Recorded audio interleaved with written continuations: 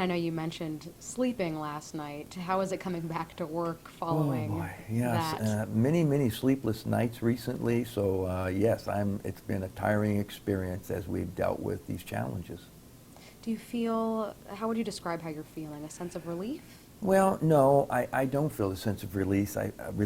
I feel a sense of sadness for our students because, again, as I've said consistently, the excitement for me, and I know the community was excited and so forth, but the excitement for me has always been to provide our students this unbelievable, once-in-a-lifetime experience to host a debate. So it's more of a sadness that we can't deliver. Now, we are going to do lots of great things with our students around the debate, and so we'll be able to do things that are special, but it won't be with the debate going on in the Nutter Center.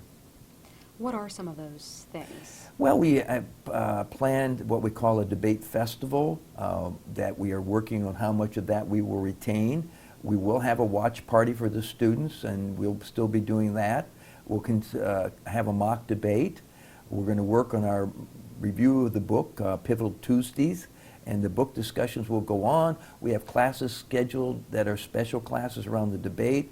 So lots of things. I'm meeting with our student planning group Thursday night of this week, and I'm going to talk to them about what do they want to continue to do and what might we add to their ideas.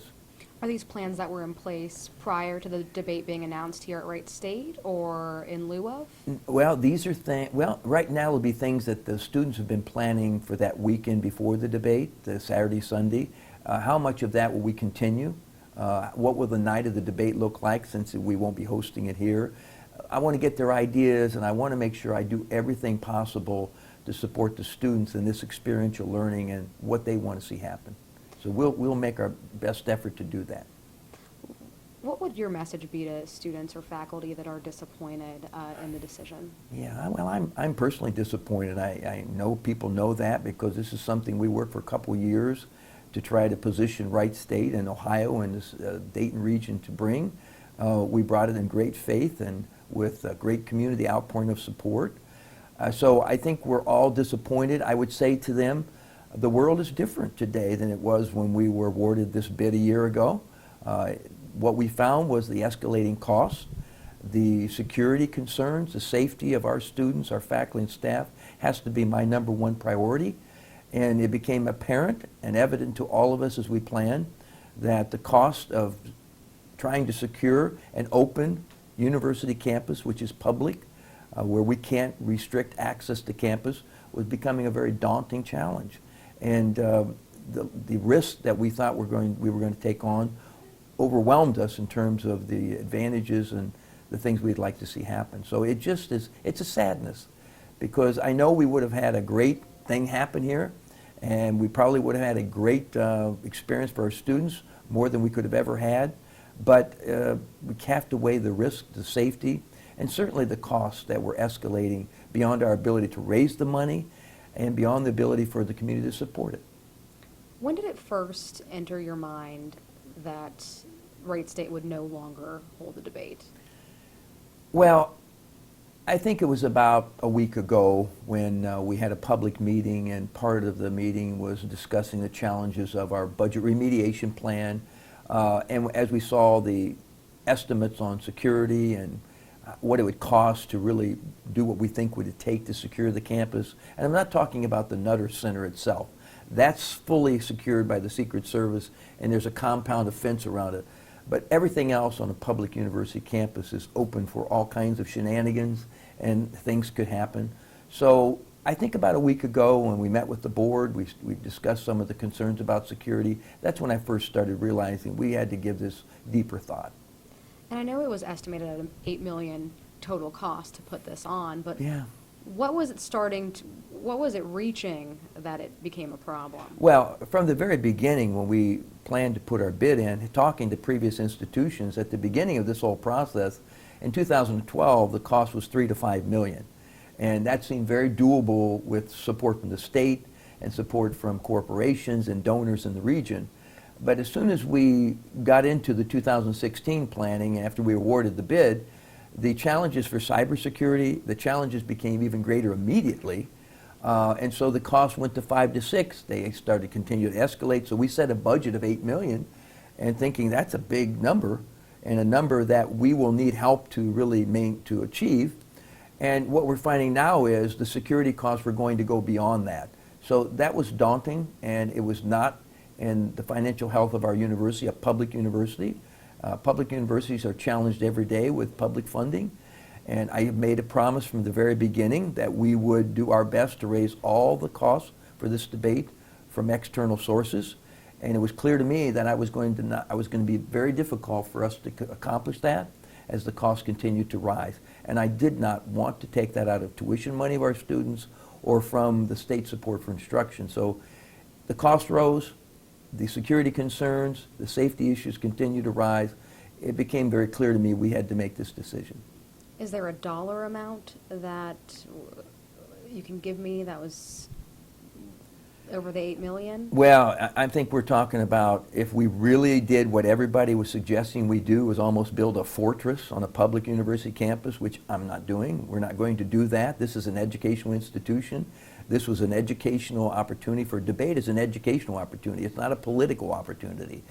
And so it was millions beyond the 8. But it was different estimates, but it was well beyond what we could afford to do. Okay. And it's my understanding a couple of employees were hired solely to focus on coordinating the debates. How much were they being paid, and what's going to happen next? Well, we had 3 individuals, 2 external who were brought on to help with liaison, to help with fundraising, and then one of our internal people to take on some of the duties of overseeing, coordinating this whole effort, which is very complex. I'll be meeting with each of them tomorrow to talk about the next steps, and we'll decide what we do at that point. But the work is going away, so we'll have to decide how we proceed. All right. And some of the faculty members I've spoken to have said that they're worried this might reflect poorly on the university for potential students or potential future employees. What would you say to them? Well, I would say to them that the response I'm receiving is from our staff and from our students is they're very pleased that we've made their safety our #1 concern. And I can't worry about that. The decisions we have to make now are in regard to the environment we must be cognizant of. And so I don't think it will. I think we hope to have a chance in the future to maybe bring it back here.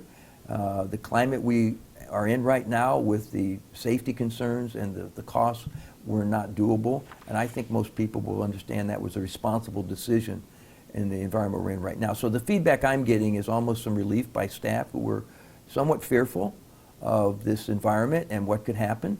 I have had students and parents at the orientation who asked me about share their concerns about the upcoming debate and what safety of their daughter. So I've had these concerns. So I think that certainly weighed into my decision that there were more concerns, and those concerns were being readily shared with many people. And outside of the university, there were comments made yesterday, specifically by Mayor Nan Whaley, the Dayton mayor, saying she was disappointed, blow to the community. Sure.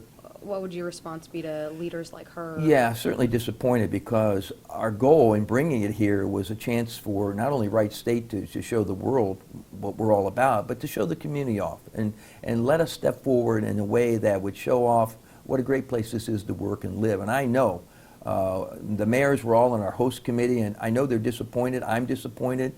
But at this point, the burden was on Wright State University, the burden of cost and the burden of safety. And so it's our call. And so we had to make that call. Do you feel the university let the community down? Well, I hope, I don't want to approach it like that. I think we had a great working relationship. The community stepped up. We had great planning going on all over this region. I guess you could say they feel let down because we had to make a decision which wasn't able to deliver on what we hoped to deliver. So I guess there'll be people who feel that way. My priority as the president of Wright State University is the safety and the financial health of this institution. And so that has to be my priority, and I'm sorry that we could not deliver, but it was not in the cards this time. Hopefully we can do it again. And I know you're retiring in less than a year. You have one of these high-profile jobs. Many people dream of of having, you know, and Yeah. fulfilling a legacy. I know pulling this off would have been a big Sure. goal for you, an Yeah. accomplishment. Now, with this not happening, what do you feel your legacy is to the university? Well, what I've always cared about, and I've done this for 42 years, and so for me, it's always about the students, and that's what I'm saying very consistently. Every ticket that we would receive was going to go to a student to attend that, because that's why we want this. That's what I've always been about, is creating an environment where our faculty, who are magnificent here, can really work with our students and really change the lives of our students. That's what we do at a public university. We're open to people from all backgrounds, all abilities, and we help them chase their dreams. So if anything, this would have been, it was a dream for a lot of students to have this experience. Well, it's not going to happen. It doesn't mean it won't happen in the future, but my focus has always been on, are we creating the right environment for our faculty, staff, and students? And the environment has to be a safe one. I know you said this was a tough decision for you. How are you feeling today? Well, again, there's a tinge of sadness because obviously I wanted this to happen. It was something that I was looking forward to at the end of my career, too, to see this as kind of something that we could all look back and be proud of. But I also realized that things could happen here that we might not be very proud of in regards to the climate that our world's in. It's not just this region or Ohio. It's just the way we are dealing with the world right now. A year from now, hopefully, this will be a much different setting. Maybe months from now, it'll be a different setting. But to allow the commission to do what they needed to do, to move to the alternative site, which is Hofstra. Hofstra has hosted this before. They're a private university, which has a different way to control their environment, and they're a wonderful university. It'll be a fabulous debate, I'm sure, at Hofstra. We needed to make the decision in a timely manner. I know yesterday you mentioned refunding or trying to get money back that was already spent. Has those conversations taken place yet? Yeah, we'll work with the commission. Obviously, there's been money spent in preparation. We'll work with them on some of the money to see if we can recoup it. We've spent some money on some upgrades and improvements to the Nutter Center that were going to be long-lasting, that will support other concerts that we host. There are things we've done on increasing the cybersecurity of the university. As soon as we received word that we were hosting the event, we immediately had attacks on our hosts and our servers. And so there were things that we needed to do that we were doing for the debate that are important for the future of Wright State in terms of cybersecurity. So some of the costs will benefit the university for years to come, but we'll do our best to recoup as much as we can. Certainly work with wonderful donors, and the people that have really given to this effort have been putting the students first. We'll work with them. Obviously, where they've given the money, we'll talk to them. If we need to return the money, we will. The ones I've talked to already have said, no, we want this to support the students and the experiences that we can still provide for them on the weekend of and the night of the debate. But we'll work with every donor, and we will work to fulfill their wish. How many donors donated? Oh, I don't know the exact number. It would probably be in the roughly, at this point in time, maybe 30 or 40 people, and corporations and people. Anything else you want to say that I haven't asked you? Well, I've been spending time with my team, and I want to just say that I'm just so proud of everybody that worked so hard on this at Wright State University. Unbelievable effort. I know there's been a lot of stress on this. It's been stressful because of the nature of this particular election, the candidates, different kinds of scrutiny on everything you do. And so I'm really proud of how the team has worked. I'm proud of our students and the way they've planned for this. I'm just proud of everybody at Wright State. And I want to thank the community, the host committee, the people who helped plan this, representation from 18 counties around here. So thank them. I think we learned a lot about how to collaborate very effectively as we plan this. And I think there's going to be a carry forward from that as we continue to look at other things we can partnership on in the region. All right, anything else? No. Okay. 2 seconds. Thank you for coming.